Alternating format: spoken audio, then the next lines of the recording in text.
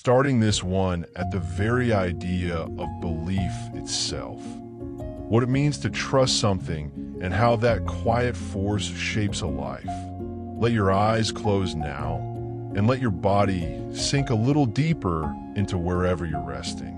Tonight, we're going to drift into something different than stars or oceans, something quieter and closer to home. Tonight, we drift into belief itself, into the strange, invisible power of trusting something, even when you can't yet see it, and into the quiet story of what makes a life feel like it's truly your own. Let's begin with something small and surprisingly powerful.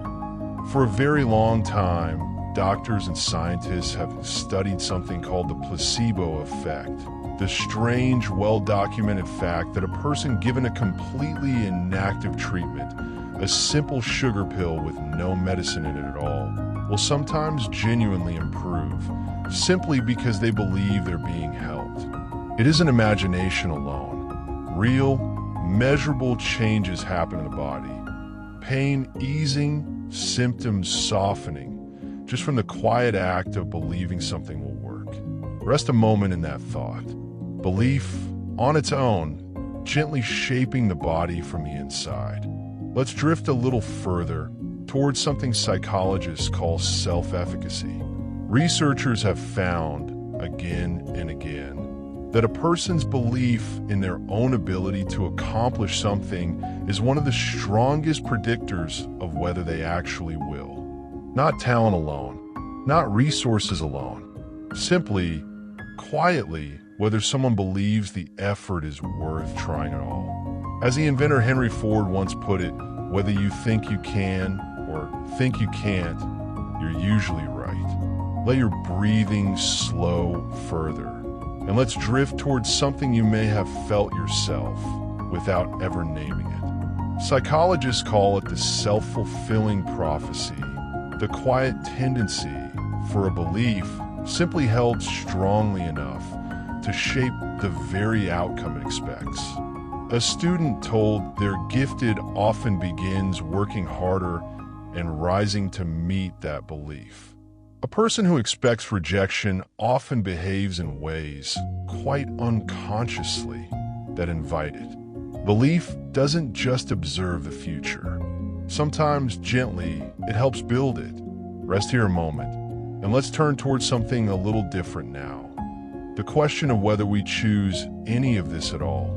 Philosophers have debated the idea of free will for thousands of years, and the question remains gently unresolved even now.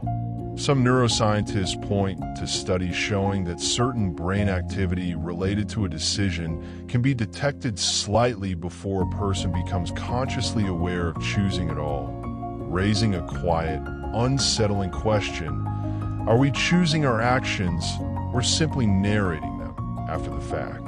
Let your thoughts drift a little further and rest there without needing an answer. And yet, alongside that quiet uncertainty, most people still report a deep, personal sense of agency, the felt experience of choosing, deciding, becoming. Whatever the deeper truth of free will may be, psychologists have found that simply believing you have control over your own choices, whether or not that belief is philosophically perfect, tends to make people happier, more resilient, and more willing to keep trying, even after failure. Rest a moment in that quiet thought. Perhaps the believing itself is part of what carries us forward. Let's drift towards something modern now, something many people quietly carry with them today. Modern psychology has come to recognize something called a growth mindset, the belief that abilities and intelligence aren't fixed traits, but things that can be slowly developed through effort and patience. People who hold this belief, studies have found, tend to recover from setbacks more easily and continue trying long after others might quietly give up. As Nelson Mandela gently put it, it always seems impossible until it's done. Let your body feel heavier now. And let's rest on one more thought before pausing here. Even memory itself, something we tend to trust completely, is shaped quietly by belief. Studies have shown that people can be gently led to recall events that never actually happened, simply through suggestion, repeated softly enough over time. It's a humbling reminder that even the story we tell about our own past is softer and more malleable than it feels in the moment. Rest here now and let it all settle. A sugar pill quietly healing through belief alone. A mind that shapes its own outcome by expecting one. A philosopher's ancient question about whether choice is truly ours. A felt sense of control that helps us keep going regardless. A mindset that turns effort into growth. And a memory softer than it feels, shaped gently by what we believe about it. There's nothing to hold on to right now. Just let it settle, somewhere warm and quiet in your mind, and rest. We'll continue drifting deeper into the science of resilience and the modern stories that inspire it in a little while. Continuing the journey into resilience, how people, quite ordinary and famous alike, have carried themselves through hardship. Let your body settle again, heavy and warm. We've drifted through the quiet power of belief tonight. Let's rest for a while now on something a little sturdier, resilience. The quiet ability to keep going even when something breaks. Let's begin with something the body itself quietly teaches us. Psychologists have long studied something called post-traumatic growth, the surprising, well-documented tendency for some people, after facing real hardship, to emerge not just intact, but in certain ways stronger and more appreciative of life than before the hardship occurred. It isn't universal, and it isn't a reason to seek out suffering, but it's a gentle reminder that struggle doesn't only break things. Sometimes quietly, it also builds something new. Rest a moment, and let's drift toward one of the most famous examples of persistence in modern history. Thomas Edison is often remembered for a quiet, patient philosophy toward failure itself. Before finally succeeding with a working light bulb, he was said to have gone through thousands of failed attempts.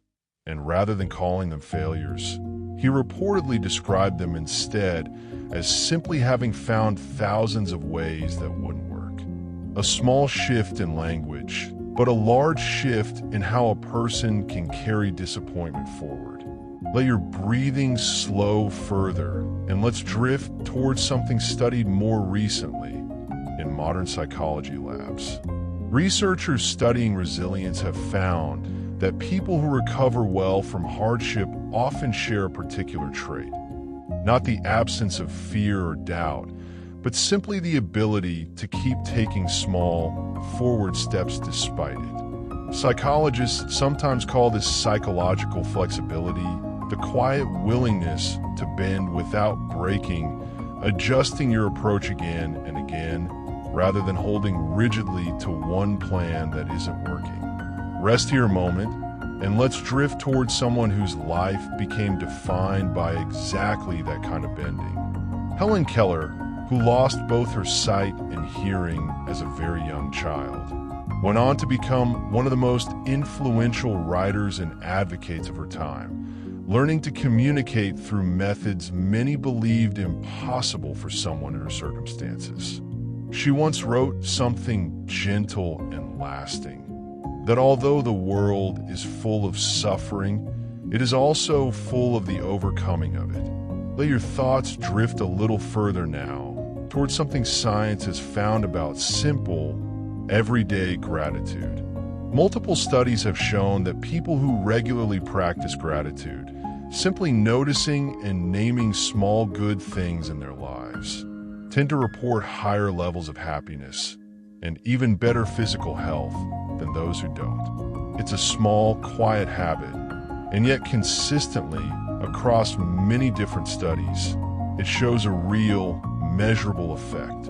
Rest a moment, and let's drift toward the strange resilience found in very young children. Child psychologists have observed something called the rubber band effect in resilient children, the tendency to bend significantly under real stress, and yet, given enough safety and support, to gradually return close to their original shape, carrying the experience forward, but not permanently broken by it.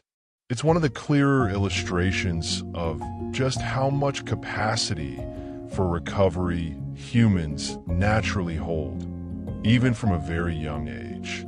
Let your body feel heavier now, and let's rest on one more thought before pausing here.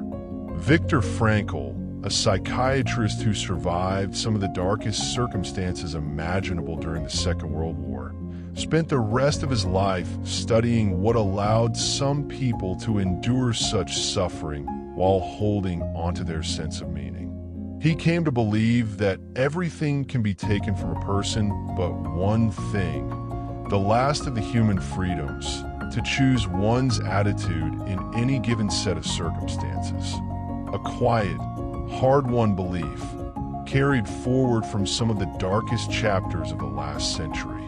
Rest here now and let it all settle. Hardships sometimes quietly building something new instead of only breaking. A famous mind reframing failure as simply information, a flexible bending instead of rigid holding, a life defined by overcoming rather than limitation, a small daily habit shown to genuinely shift happiness, children bending under stress and gently springing back, and a hard-earned belief that no circumstance can fully take away the freedom to choose how we meet it. There's nothing to hold on to right now. Just let's settle and rest. We'll continue drifting deeper toward purpose, meaning, and the quiet stories of everyday people in a little while. Drifting now toward purpose and meaning. What psychology and everyday human experience tell us about finding direction. Let your mind settle again, soft and unhurried. We've drifted through resilience tonight. Let's rest for a while now on something quieter still, purpose, the gentle sense of direction that seems to carry so many lives forward.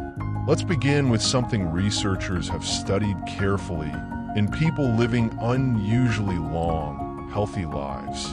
In certain regions of the world, sometimes called blue zones, where people tend to live remarkably long and healthy lives, researchers have noticed a shared trait among many residents, a clear, personal sense of purpose. In Okinawa, Japan, this is sometimes called ikigai, gently translated as a reason for being.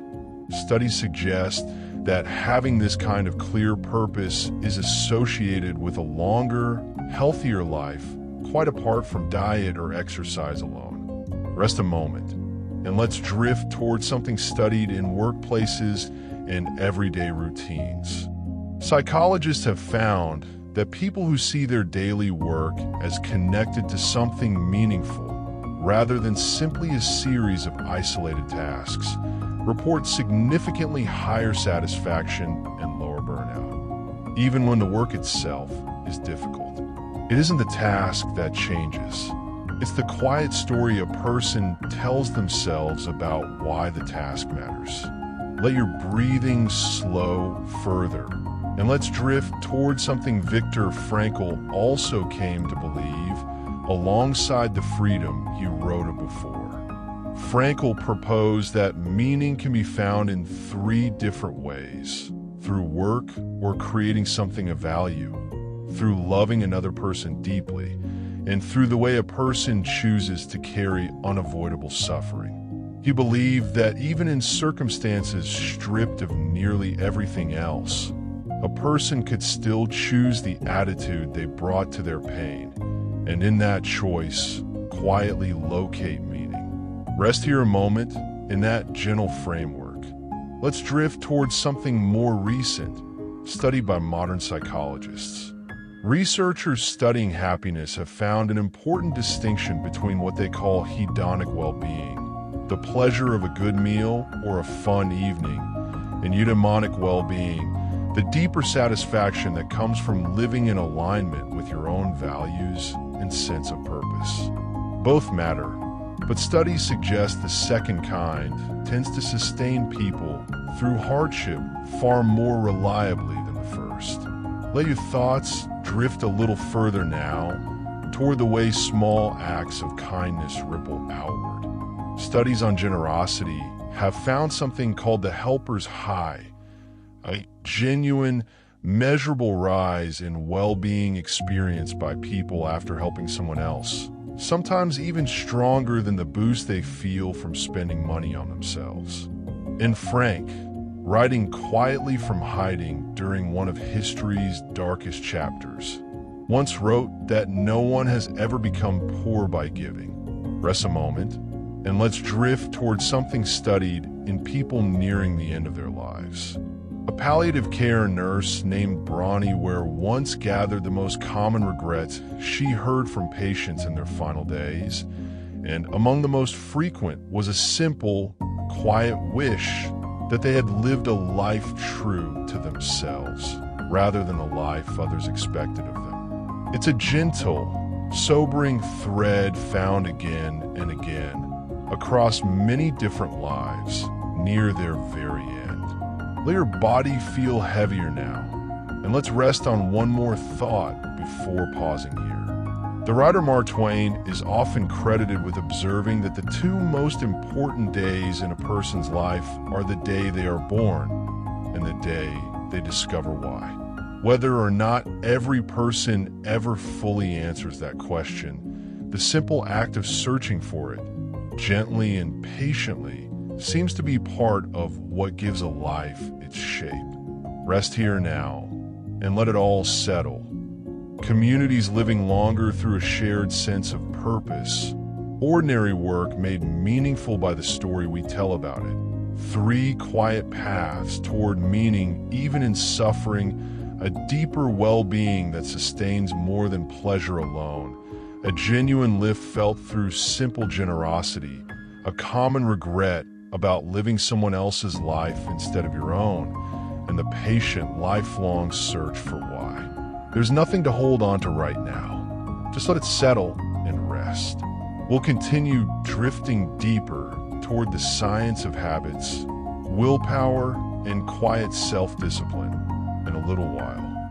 Drifting now toward habits, willpower, and the quiet discipline that slowly shapes a life over time. Let your body settle deeper now. We've drifted through purpose and meaning tonight. Let's rest for a while now on something smaller and more repeated, the quiet habits that gradually build a life, one small choice at a time. Let's begin with something researchers have found about how habits actually form. Studies on behavior suggest that habits form through a simple, repeating loop, a cue, triggering a routine, followed by a reward, gradually wearing a groove into the mind the same way water slowly shapes stone. Repeated often enough, an action stops requiring willpower at all, and instead becomes something closer to automatic, quiet, and effortless. Rest a moment, and let's drift towards something studied about willpower itself. For a long time, psychologists believed willpower functioned like a limited resource, gradually running low throughout the day, the same way a muscle tires with use. More recent research has softened that view somewhat, suggesting that our belief about willpower, whether we expect it to run out or not, may shape how quickly it actually does. Once again, gently, belief and reality seem to lean on each other. Let your breathing slow further, and let's drift towards something small, but often repeated in stories of great achievement. The concept of small, consistent improvement, sometimes called the compound effect, suggests that tiny daily choices, seemingly insignificant on their own, gradually accumulate into enormous change over time. The same slow way a single drop of water, repeated for years, eventually shapes even solid rock. Aristotle is often credited with the idea that we are what we repeatedly do, and that excellence, therefore, is not an act but a habit. Rest here a moment in that gentle, repeated thought. Let's drift towards something studied in elite performers across many different fields. Researchers studying expertise have found that deep, focused practice, sometimes called deliberate practice, tends to matter more than raw natural talent in the development of skill. It isn't simply repetition, but repetition paired with careful attention and a willingness to sit patiently with the discomfort of not yet being good at something. Let your thoughts drift a little further now towards something modern psychology calls delayed gratification. In a well-known series of studies conducted decades ago, young children were offered a single treat immediately, or 2 treats if they were willing to wait a short while alone in a room. Children who managed to wait, researchers found later in life, tended to show, on average, certain advantages in areas like patience and long-term planning years afterward, a small, quiet skill practiced early, echoing forward through an entire life. Rest a moment, and let's drift toward failure once more, gently, from a new angle. Basketball player Michael Jordan once spoke plainly about his own long history of failure. Missed shots, lost games, chances entrusted to him that didn't work out, and he credited that exact history of failure as the very reason he eventually succeeded. Failure, held with the right kind of patience, doesn't always end a pursuit. Sometimes, quietly, it simply becomes part of the practice. Let your body feel heavier now, and let's rest on one more thought before pausing here.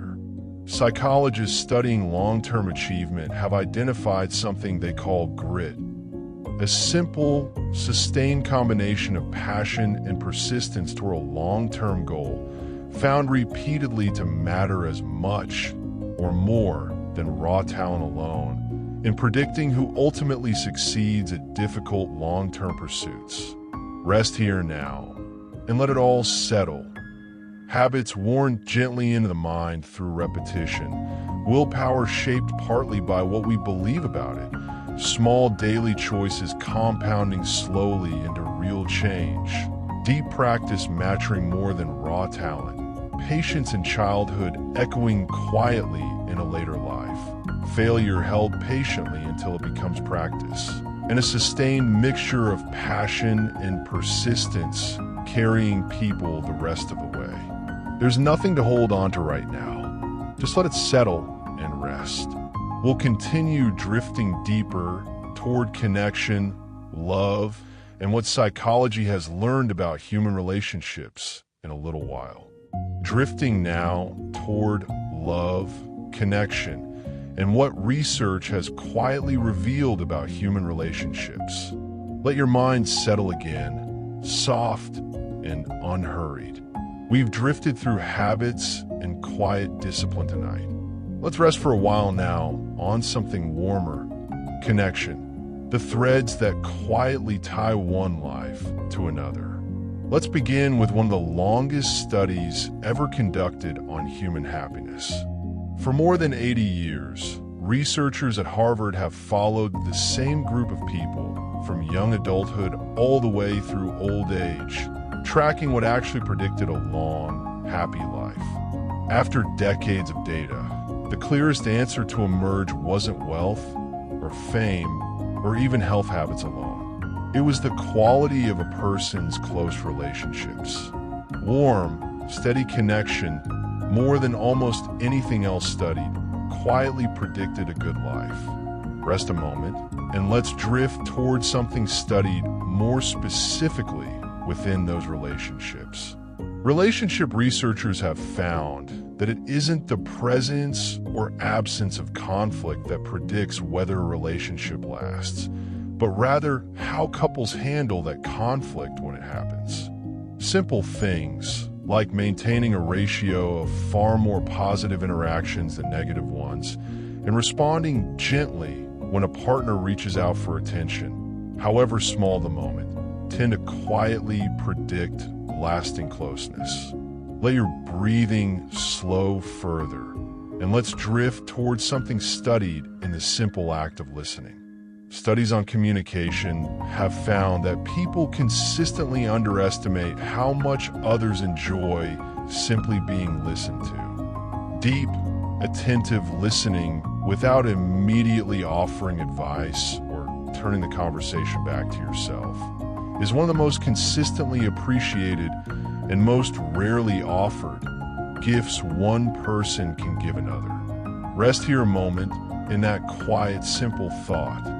Let's drift towards something gentler still, studied in the science of touch. Physical touch, even something as brief as a hug, has been shown to trigger the release of oxytocin, sometimes gently called the bonding hormone, lowering stress and increasing feelings of trust between people. Some researchers have suggested a rough guideline that a person may need several meaningful hugs a day simply to feel emotionally steady, though the deeper point is simply how much closeness the body itself seems to crave.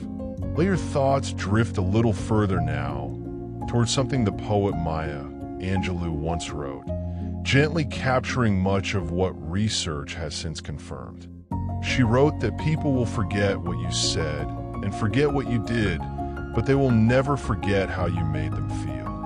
Long after a specific conversation fades from memory, the quiet emotional imprint left by someone's presence tends to remain. Rest a moment, and let's drift toward loneliness now, gently, from the other side of connection. Public health researchers have increasingly studied loneliness as a genuine risk to health, comparable in some studies to other well-known risk factors, quietly underscoring just how much the body and mind depend on real connection to function well, not simply as a comfort, but as something closer to a basic need. Let your body feel heavier now, and let's rest on one more thought before pausing here. The psychiatrist Carl Rogers, known for his gentle, patient approach to therapy, believed that one of the most healing things a person could offer another was simply unconditional positive regard, accepting someone fully without requiring them to first become different or better or more acceptable. He believed that paradoxically, it was often this kind of full acceptance that allowed people the safety to actually change. Rest here now and let it all settle. A decades-long study finding relationships at the center of a good life, small daily patterns quietly predicting lasting closeness, deep listening as a rare and treasured gift, touch and closeness the body itself seems to need, an emotional imprint outlasting memory of the words themselves, loneliness recognized as a real risk to health, and a full, gentle acceptance that somehow makes room for change. There's nothing to hold on to right now. Just let it settle and rest. We'll continue drifting deeper toward creativity, imagination, and the quiet inner life of the mind in a little while. Drifting now into the quiet inner life of the mind, creativity, imagination, and where new ideas seem to come from. Let your body settle deeper now. We've drifted through connection and love tonight. Let's rest for a while now on something quieter still, the inner workings of imagination and the strange, gentle way creativity seems to arrive. Let's begin with something researchers have noticed about the mind at rest. Neuroscientists have identified something called the default mode network, a pattern of brain activity that becomes more active not when we're focused hard on a task, but when the mind is allowed to wander freely, daydreaming, showering, walking without any particular aim. It's often in these quiet, unfocused moments, rather than during forced concentration, that some of the mind's most creative connections seem to form. Rest a moment, and let's drift towards something many writers and inventors have described, almost identically, across many different centuries. A great number of well-known creative breakthroughs, from scientific insights to pieces of music, have been described by their own creators as arriving not through deliberate effort, but almost fully formed, often during rest, sleep, or a quiet walk. The chemist August Kekulé famously described the structure of the benzene molecule coming to him in a half-dream, of a snake curling around to bite its own tail, a strange, quiet gift arriving from somewhere just beneath conscious thought.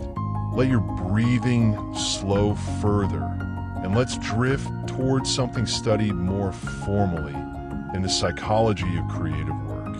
Researchers describe a common pattern in creative problem solving, often broken into stages: preparation, where a person studies a problem deeply, followed by incubation, a period of stepping away entirely, and finally illumination, the sudden, often unexpected arrival of a solution. That incubation stage, counterintuitively, often matters just as much as the hard work that came before it.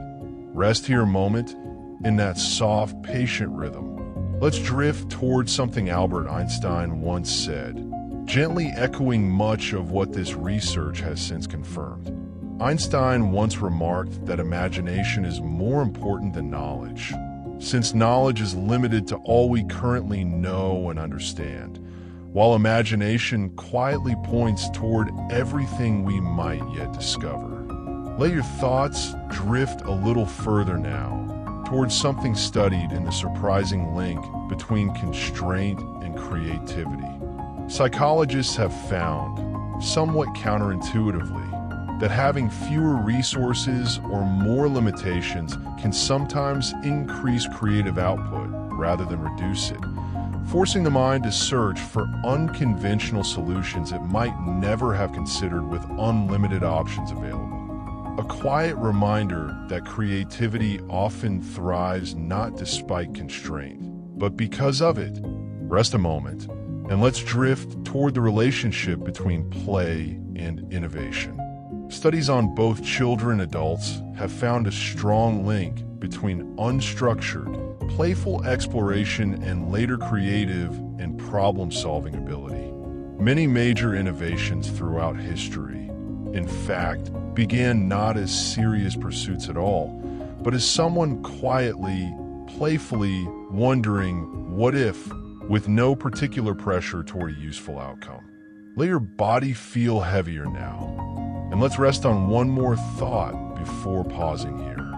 The painter Pablo Picasso is often quoted as saying that every child is an artist, and the real challenge is simply how to remain one after growing up. Whether or not the quote is stated exactly as he first said it, the idea it captures that creativity is less something to acquire and more something to protect quietly matches what much of this research has come to suggest. Rest here now and let it all settle. A wandering, unfocused mind quietly making its best connections. Insight arriving through rest rather than force. A rhythm of stepping away that matters as much as the effort itself. Imagination reaching further than knowledge alone can. Limitation sometimes sharpening creativity rather than dulling it. Playful wondering leading quietly toward real innovation. And creativity as something to gently protect rather than simply learn. There's nothing to hold on to right now. Just let it settle and rest. We'll continue drifting deeper toward change, uncertainty, and how people quietly learn to adapt in a little while. Drifting now toward change and uncertainty, how people quietly learn to bend, adapt, and move through life's transitions. Let your mind settle again, soft and unhurried. We've drifted through imagination and creativity tonight. Let's rest for a while now on something everyone eventually faces: change. The quiet, often uninvited process of becoming someone slightly different than we were before. Let's begin with something researchers have found about how people actually experience change.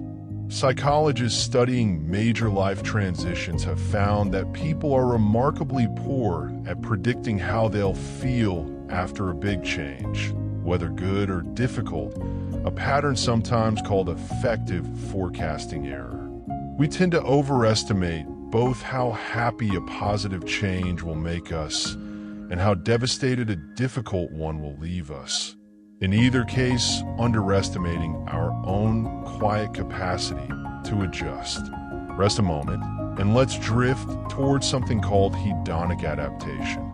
Studies have shown that humans tend to return gradually to a fairly stable baseline of happiness after both wonderful and terrible events, a process researchers call hedonic adaptation. Lottery winners, studied months after their win, often report happiness levels surprisingly similar to before, and people who've experienced serious hardship often report, in time, levels of happiness closer to their old baseline than anyone might expect. Let your breathing slow further, and let's drift towards something the Greek philosopher Heraclitus observed, long before any of this was studied formally at all.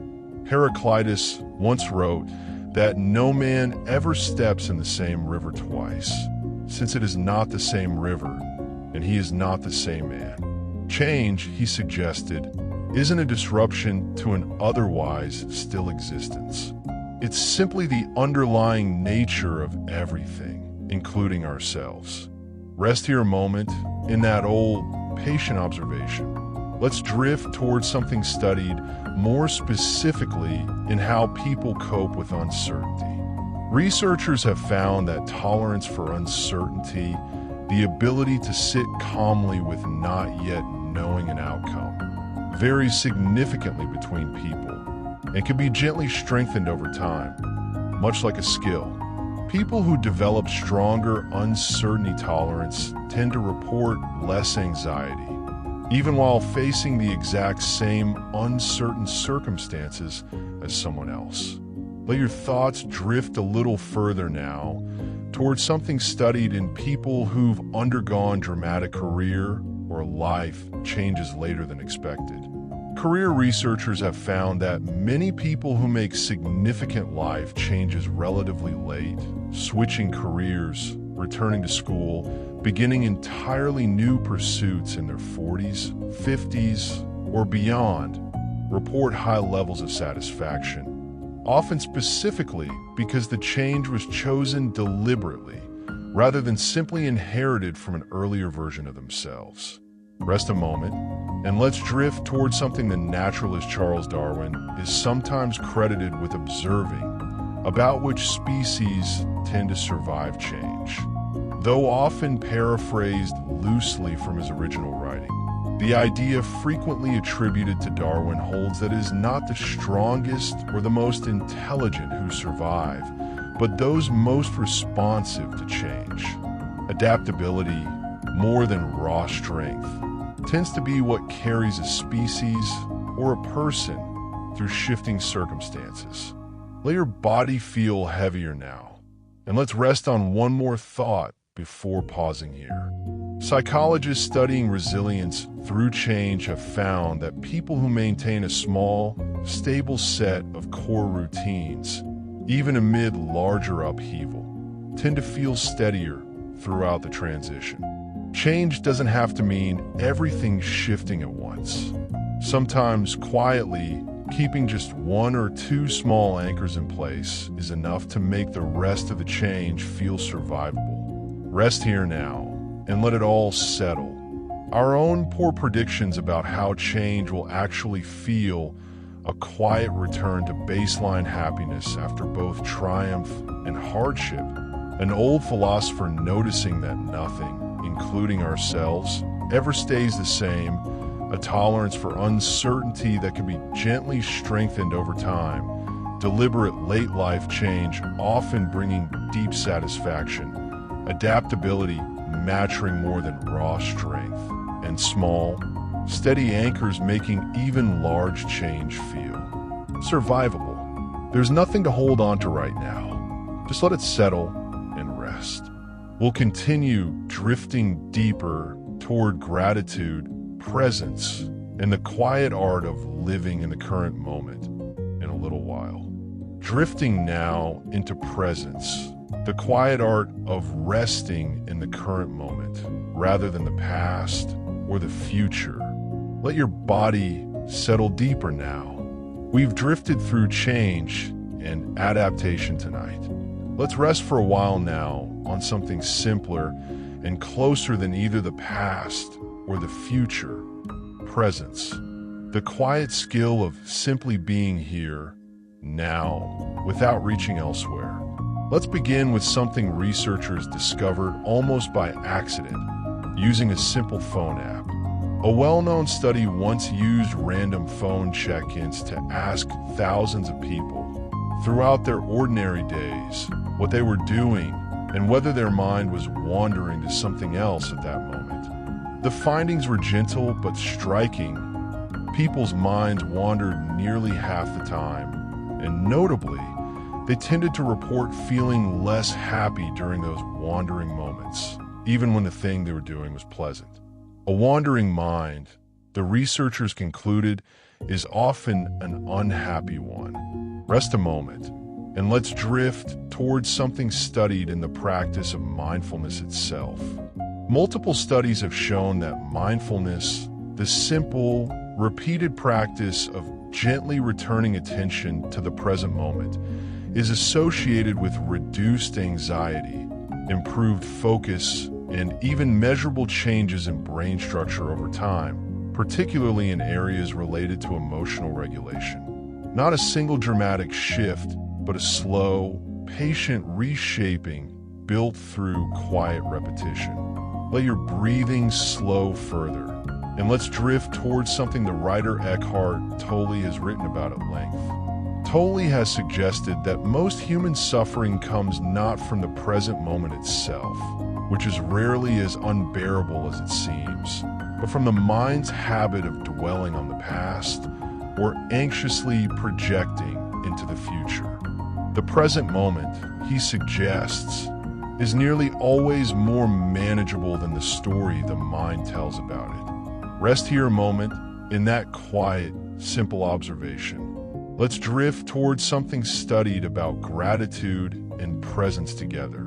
Researchers have found that the simple act of savoring, deliberately slowing down to fully notice a pleasant experience while it's happening, rather than rushing past it toward the next thing, meaningfully increases the amount of enjoyment a person draws from ordinary moments. The experience itself doesn't need to change. Simply the attention given to it does.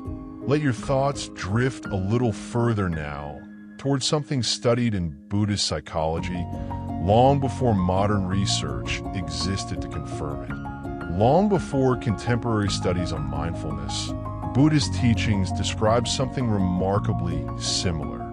The idea that much suffering arises from attachment, either clinging tightly to pleasant experiences we wish would stay, or resisting unpleasant ones we wish would leave sooner. A gentler relationship with the present moment, these teachings suggest, comes from holding both more loosely.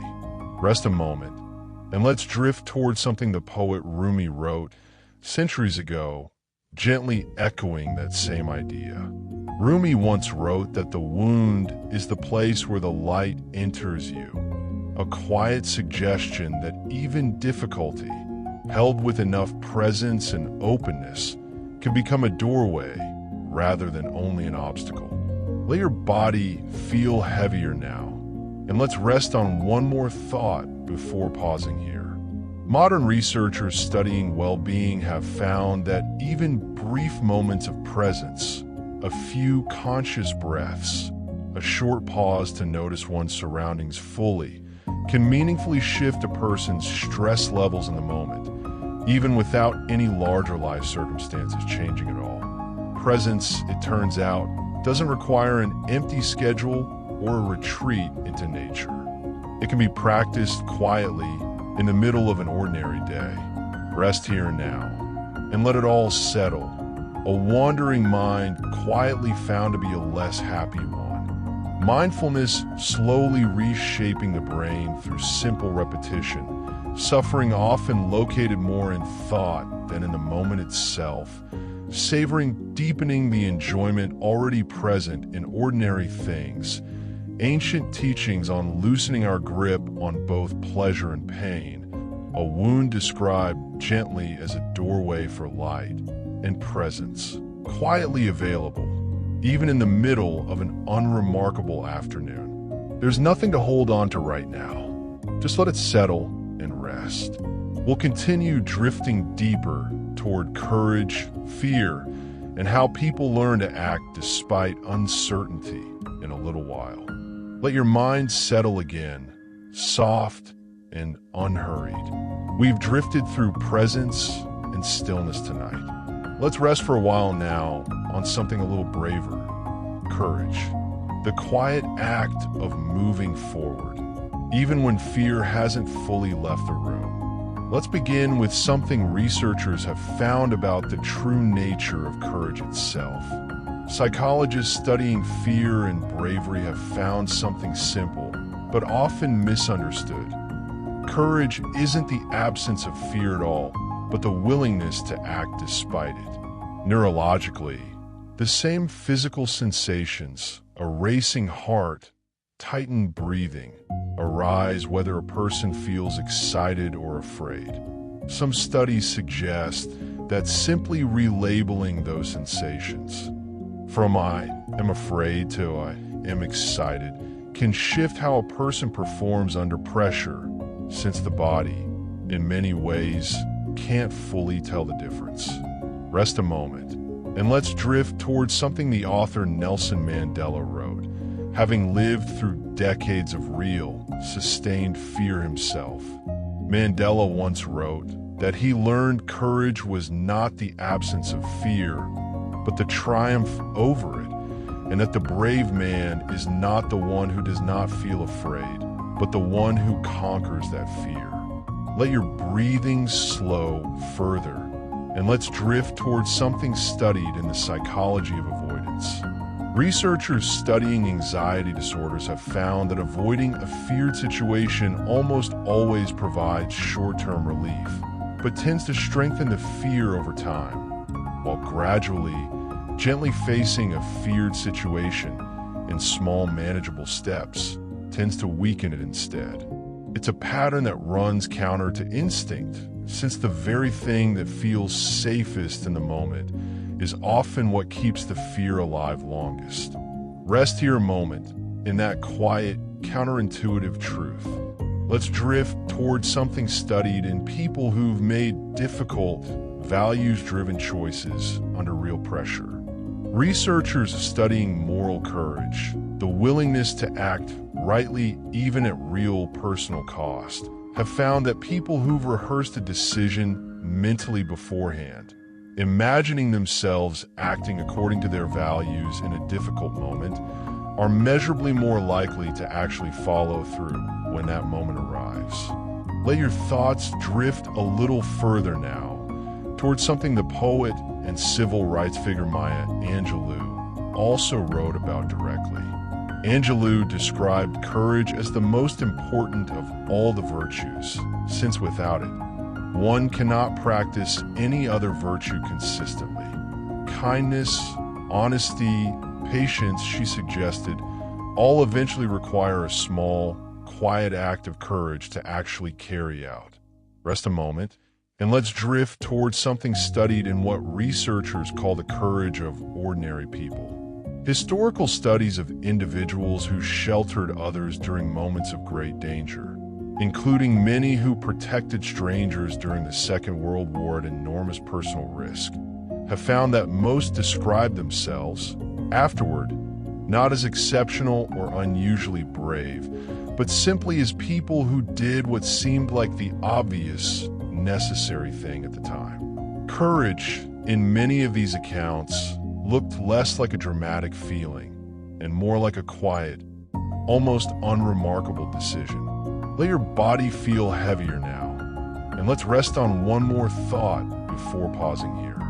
The philosopher Aristotle believed courage sat carefully between two extremes. Too little, becoming cowardice, and too much, becoming recklessness. True courage, he suggested, wasn't the complete absence of caution, but a careful, considered balance, chosen deliberately again and again in the moments that actually called for it. Rest here now, and let it all settle. Fear and excitement sharing nearly the same bodily signature, a hard-won belief that courage means triumphing over fear rather than lacking it. Avoidance quietly feeding the very fear it seems to soothe.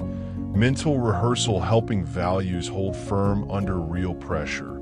Courage described as the root that all other virtues depend on. Ordinary people finding extraordinary bravery simply felt like the obvious thing to do, and an old philosopher's careful balance between too little courage and too much. There's nothing to hold on to right now. Just let it settle and rest. We'll continue drifting toward the final stretch of our journey, gathering everything together in a little while. Drifting now toward kindness and compassion. How caring for others quietly shapes both the giver and the receiver. Let your body settle deeper now. We've drifted through courage and quiet bravery tonight. Let's rest for a while now on something gentler still, kindness. The soft, often unnoticed thread that quietly connects one person to another. Let's begin with something researchers have found about the simple act of giving. Studies in behavioral science have found that spending money on others, even in small amounts, tends to produce a greater and longer-lasting boost in happiness than spending the same amount on oneself. Researchers have observed this pattern across very different cultures and income levels, suggesting it isn't tied to wealth at all, but to something quieter in how humans are built to connect. Rest a moment, and let's drift towards something studied in the biology of compassion itself. Neuroscientists have found that witnessing someone else's pain activates some of the same regions of the brain as experiencing pain firsthand, a phenomenon closely tied to empathy. And remarkably, deliberately practicing compassion through simple meditation or intentional effort has been shown to gradually strengthen these same neural pathways over time. The same way exercise strengthens a muscle. Let your breathing slow further, and let's drift towards something the Dalai Lama has often said, gently echoing the same idea. He has often said that if you want others to be happy, practice compassion, and if you want to be happy yourself, also practice compassion. A simple, doubled instruction suggesting the giver and the receiver of kindness may benefit in strikingly similar ways. Rest here a moment in that gentle, twofold thought. Let's drift towards something studied in the ripple effects of a single kind act. Researchers studying prosocial behavior have found that kindness tends to spread outward in observable ways. Witnessing someone else perform a kind act makes a person measurably more likely to be kind themselves shortly afterward. A quiet chain reaction passed forward, often to people who were never part of the original moment at all. Let your thoughts drift a little further now, towards something Mother Teresa is often quoted as saying. She's widely quoted as saying that we cannot all do great things, but we can do small things with great love, a quiet reminder that kindness rarely needs to be dramatic in order to matter. Rest a moment, and let's drift towards something studied specifically in children and empathy. Developmental psychologists have found that empathy begins appearing remarkably early in life, with even very young toddlers showing signs of comforting others in distress, well before they've been taught any formal lesson about kindness at all. It suggests compassion may be less something we install in a person and more something we simply nurture, protect, and allow to keep growing. Let your body feel heavier now. And let's rest on one more thought before pausing here.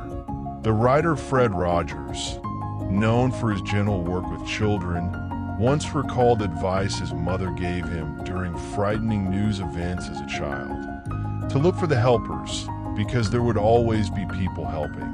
It's remained for many people since a quiet, steady way of finding hope even in difficult moments, simply by noticing where kindness is quietly still at work. Rest here now and let it all settle. Generosity toward others often outlasting the pleasure of spending on ourselves. A brain built to feel another's pain almost as its own. Compassion strengthened deliberately, the way a muscle strengthens with use. Kindness observed in one person, quietly inspiring it in another. Small acts done with love, needing no grand scale to matter. Empathy appearing early in life, long before it's ever formally taught, and a gentle reminder to simply look for the helpers, especially in harder moments. There's nothing to hold on to right now. Just let it settle and rest. We'll continue drifting toward the final stretch of our journey, gathering everything together in a little while. Drifting now toward identity and authenticity, the quiet, lifelong process of becoming fully yourself. Let your mind settle again, soft and unhurried. We've drifted through kindness and compassion tonight. Let's rest for a while now on something more personal still: identity.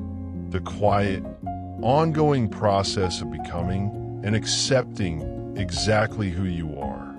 Let's begin with something psychologists have studied in how people develop a stable sense of self. Developmental psychologists have found that identity isn't something settled once in early adulthood and left untouched afterward, but something that continues quietly forming and reforming throughout an entire life, shaped gradually by new experiences, relationships, and challenges encountered along the way. The person you are tonight is not a finished project, but simply the current, unfinished shape of something still gently underway. Rest a moment, and let's drift towards something researchers have found about authenticity specifically. Studies on well-being have found that people who report feeling free to express their true thoughts and feelings, rather than presenting a carefully managed version of themselves, consistently report higher life satisfaction, even when that authenticity occasionally invites friction or disagreement. The comfort of pretending, research suggests, rarely outweighs the quiet cost of not being fully known. Let your breathing slow further, and let's drift towards something the psychologist Carl Jung wrote, gently touching on this same idea. Jung wrote that until we make the unconscious conscious, it will direct our lives, and we will call it fate. He believed a great deal of self-understanding comes simply from bringing hidden parts of ourselves into clearer, gentler awareness. Rest here a moment in that thoughtful, patient observation. Let's drift towards something studied in how people cope with comparing themselves to others.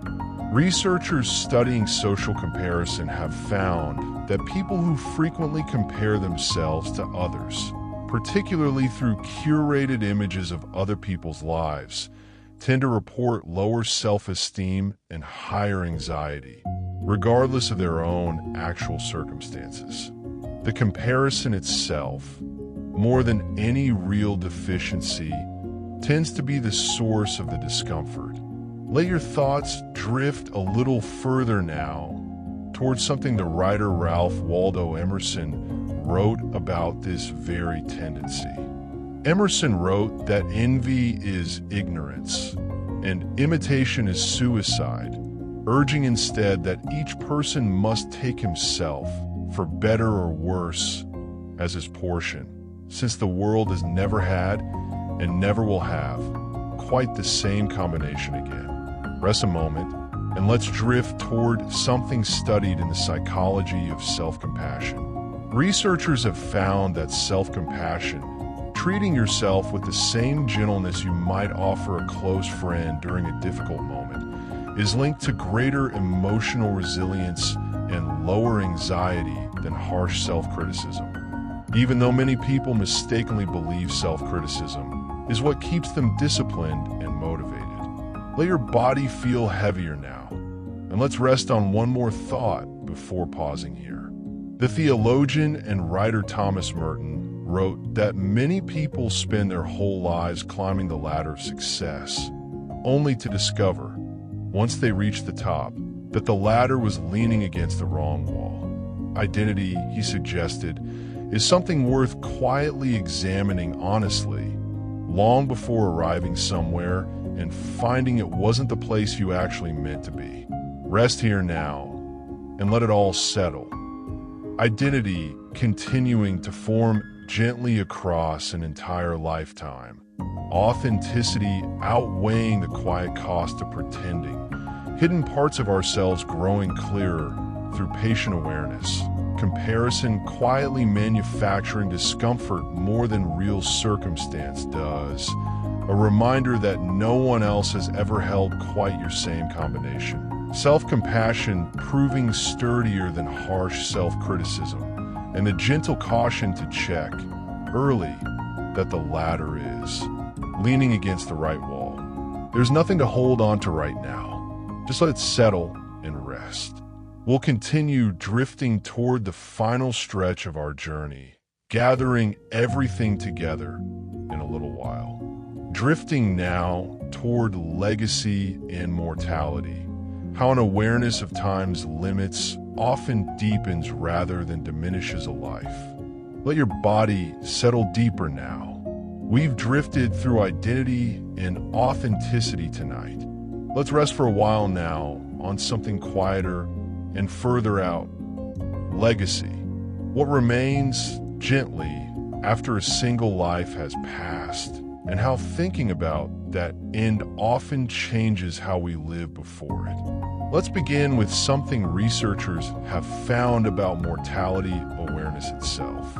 Psychologists studying what's called terror management theory have found that awareness of our own mortality, rather than only producing fear, often quietly motivates people toward meaning, connection, and value-driven living, as though the mind, once it accepts an ending exists, begins searching more urgently for what actually matters before it arrives. Rest a moment, and let's drift towards something studied specifically in people who've had a close brush with death. Researchers studying survivors of serious medical emergencies and near-death experiences have found that many report a lasting shift afterward. A deepened appreciation for small, ordinary moments, and a quieter tolerance for things that once seemed important but no longer do. Proximity to an ending, it seems, often clarifies rather than clouds what actually matters. Let your breathing slow further, and let's drift towards something the Stoic philosopher Marcus Aurelius wrote centuries ago, echoing this same idea. Aurelius wrote to himself that it is not death that a man should fear, but he should fear never beginning to live. He believed reflecting honestly on life's brevity wasn't meant to produce despair, but rather a quiet urgency toward living fully now, rather than endlessly postponing it. Rest here a moment in that old, steady reflection. Let's drift towards something studied more specifically about how people wish to be remembered.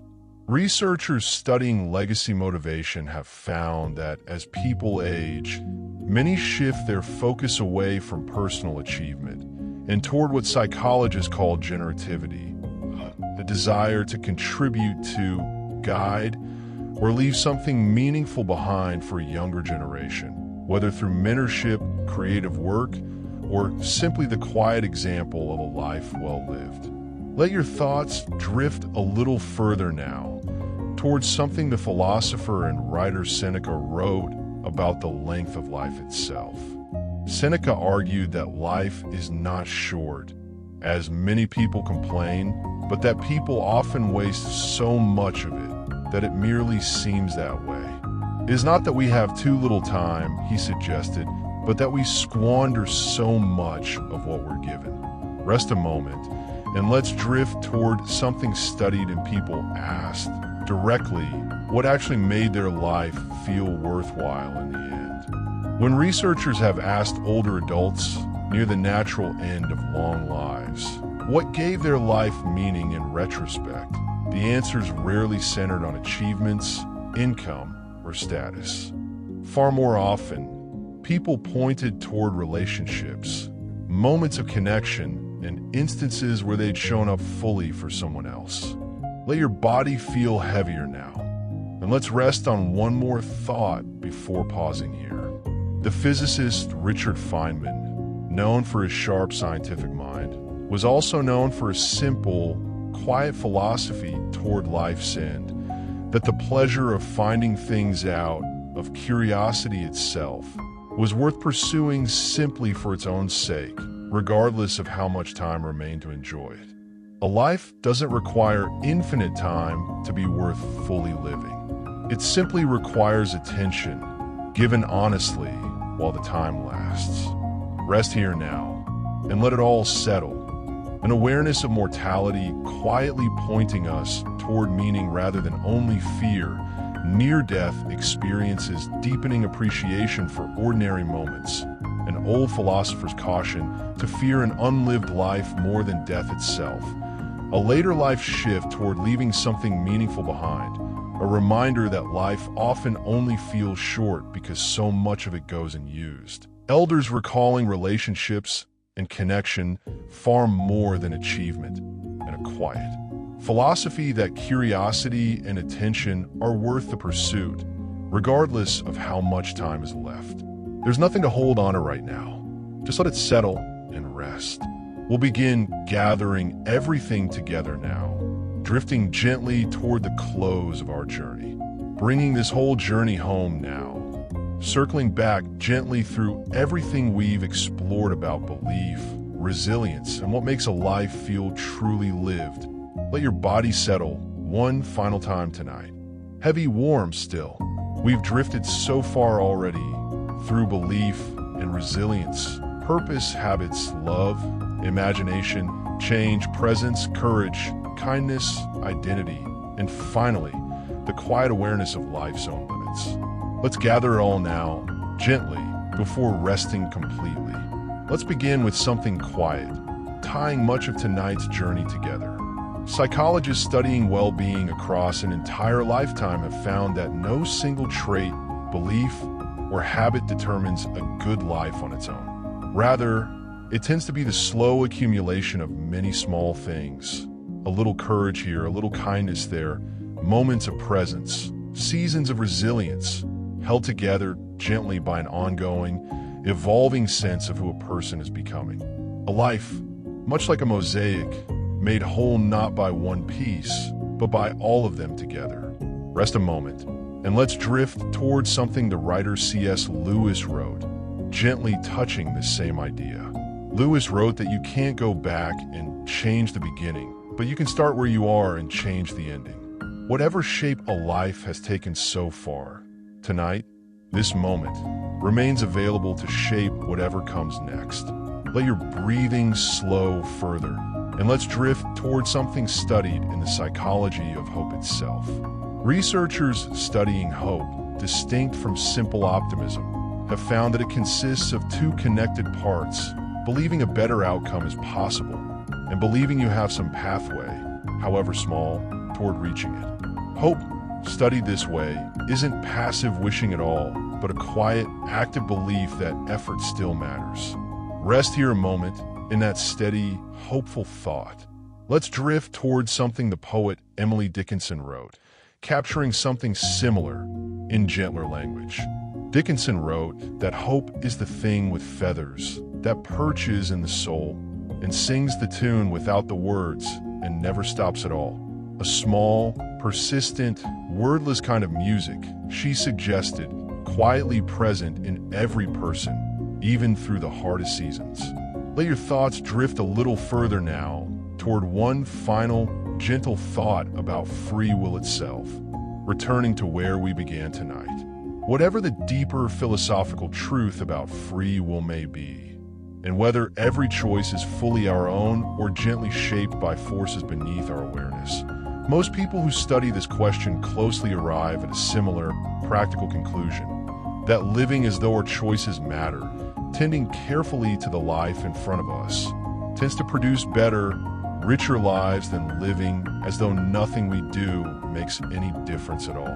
Rest a moment, and let's drift towards something the writer Anais Nin wrote, gently, about growth itself. Nin wrote that life shrinks or expands in proportion to one's courage, suggesting that the size of a life is measured less by circumstance and more by the quiet willingness to keep reaching, again and again, towards something a little larger than fear alone would allow. Let your body feel completely still now, and let's rest on one truly final thought. After everything we've drifted through tonight, belief and doubt, resilience and rest, love, imagination, courage, kindness, and the quiet awareness that every life eventually ends, perhaps the softest, truest thread running through all of it is simply this: a life well lived doesn't require certainty about free will or a perfect understanding of the universe, or even the absence of fear. It simply asks, gently and repeatedly, that you keep showing up as fully as you're able for whatever today happens to hold. Let that settle over you now, slow and warm, like the last light of a very long day. We've traveled so far together tonight, through belief, quietly shaping outcomes before they arrive, resilience bending without fully breaking, purpose found in work, love, and even in suffering itself, small habits slowly compounding into a whole life, connection proving across decades of study to matter more than almost anything else, imagination arriving gently through rest rather than force, change revealing our own quiet capacity to adjust more than we ever expect, presence found simply by returning again and again to right. Now, courage discovered not in the absence of fear but alongside it, kindness rippling outward further than we ever see, identity continuing to form for an entire lifetime, immortality, gently held, sharpening rather than dimming what actually matters, and now here at the end, resting on hope itself, a small and steady music that never quite stops, and the quiet, practical truth that showing up fully for today is enough. There's nothing left to hold on to now. Just let it rest, quiet and still exactly where it is. Sleep now. Let the day settle gently behind you, and let tomorrow wait patiently until you're ready for it.